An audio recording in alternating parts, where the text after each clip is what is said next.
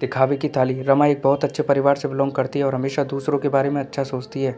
उसके जीवन की बस एक ही फिलॉसफी है और वो है उसका रिश्तों के प्रति सम्मान, जिसको वो कभी जाहिर नहीं करती पर बखूबी निभाती है। दोस्तों, आज की 21वीं सदी में ऐसा नहीं है कि हम ये समझने में असमर्थ हैं कि क्या अच्छा है और क्या बुरा, फिर यूँ कहें कि कौन अच्छा है और कौन बुरा।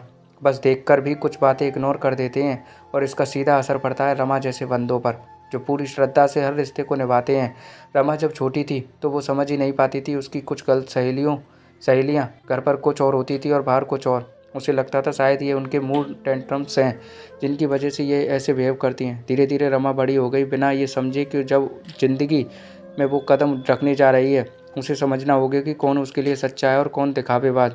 रमा की शादी राहुल से हो गई। सब कुछ बहुत अच्छे से चल रहा था। वह अपने हर रिश्ते को सम्मान देती थी जैसा वो बचपन में करती थी, क्योंकि उसकी दुनिया बदली थी पर वो नहीं। शादी के कुछ दिन बाद उसने देखा कि उसकी सास थोड़ी देर पहले उसे किसी बात पर ताने कस रही थी और थोड़ी ही देर में पड़ोसी में रहने वाली शर्मा आंटी के आते ही उसके गुण गिनाने लगी। रमा को कुछ समझ नहीं आया और उसने इस बात को इग्नोर कर दिया। यही उससे भूल हुई समझने में, क्योंकि ignorance is the key of pain, जो उसे बाद में होने वाले था।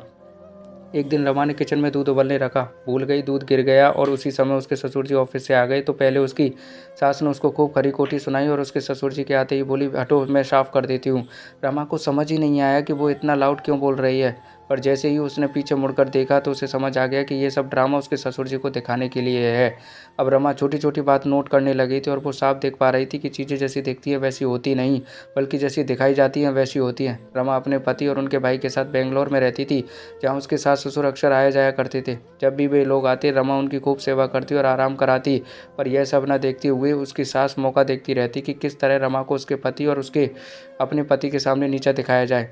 रमा के सास ससुर जब घर वापस जाने की बातें कर रहे थे तो उनके दोनों बेटों ने उन्हें कुछ दिन और रोकने के लिए कह रहे थे, पर ससुर जी नौकरी का हवाला देकर उन्हें कह रहे थे कि मेरा समय पर लौटना ज़रूरी है। रमा को लगा कि शायद उनका लौटना ज़रूरी है, तो दोनों बेटों के बार बार कहने पर भी वह रुकने को तैयार नहीं थे, इसलिए उसने उनसे कुछ नहीं कहा। और उसकी सास को एक और मौका मिल गया कहने का कि रमा तो चाहती है हम लौट जाएं, इसलिए उसने कुछ नहीं कहा, पर इस बार शब्द उसके ससुर जी की तरफ से थे। उसके सास ससुर जब भी आते वह एक अजीब सी चीज़ नोट करती। जैसे ही राहुल सुबह उठता उसकी सास शुरू हो जाती, रमा बेटा ला मैं तेरी किचन में कुछ मदद कर दूं।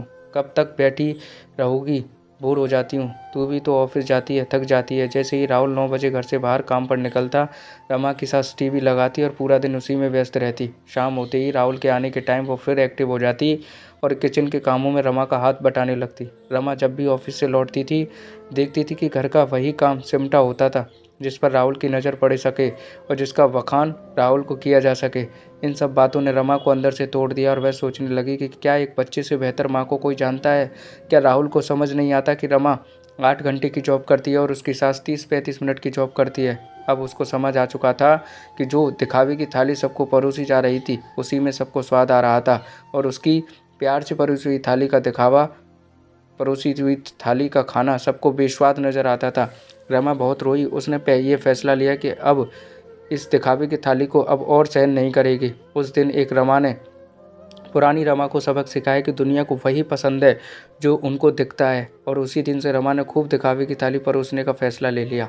तो दोस्तों, आजकल की इस दुनिया में केवल दिखावा ही रह गया है। दिखावे के ऊपर ही हम सब लोग कुछ ना कुछ करते रहते हैं। दोस्तों, कहानी कैसी लगी कमेंट में बताइएगा और अच्छी लगी तो लाइक कमेंट शेयर ज़रूर कीजिएगा। थैंक यू दोस्तों।